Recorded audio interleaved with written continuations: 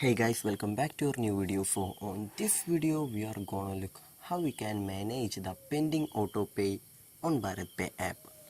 For that, just open the Bharatpe app. So after opening the app, here we just need to go to the top left corner. Just tap on the top left corner.